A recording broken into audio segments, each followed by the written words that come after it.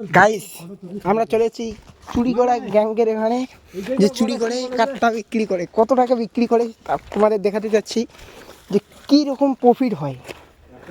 একটা কাঠটা কত টাকা নেয় তাহলে গাইস দেখতেছো, চুরি করা গ্যাংরা, এটা পুরো চুরি করে। আমিও যাইতেছি, ফাইনালি তোমাদের দেখাতে যাচ্ছি কিভাবে কিভাবে কি কি করি না করি সেটা সব দেখতে থাকো।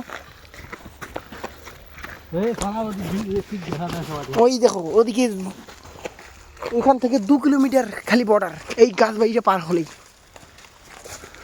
গাছবাড়ির মধ্যে আছি। এই দেখো আছি আমরা 5 জন গ্যাংয়ের মধ্যে। এই যে দেখো কাঠটা 2000 টাকা হাজিরা, 20 টাকা করে উবানো।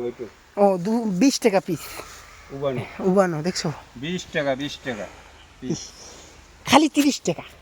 এই 3টে পরোটা, একটা সিদ্ধ ডিম, একটা কাঁচা লঙ্কা, একটা পেঁয়াজ, খালি 30 টাকায়, যাতে ট্রেনের টিকিটও হয় না সেরকম।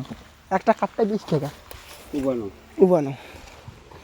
এই দেখো 6 প্যাট লোক আমাদের একদম কাঠটা নিয়ে গেল, চলছে।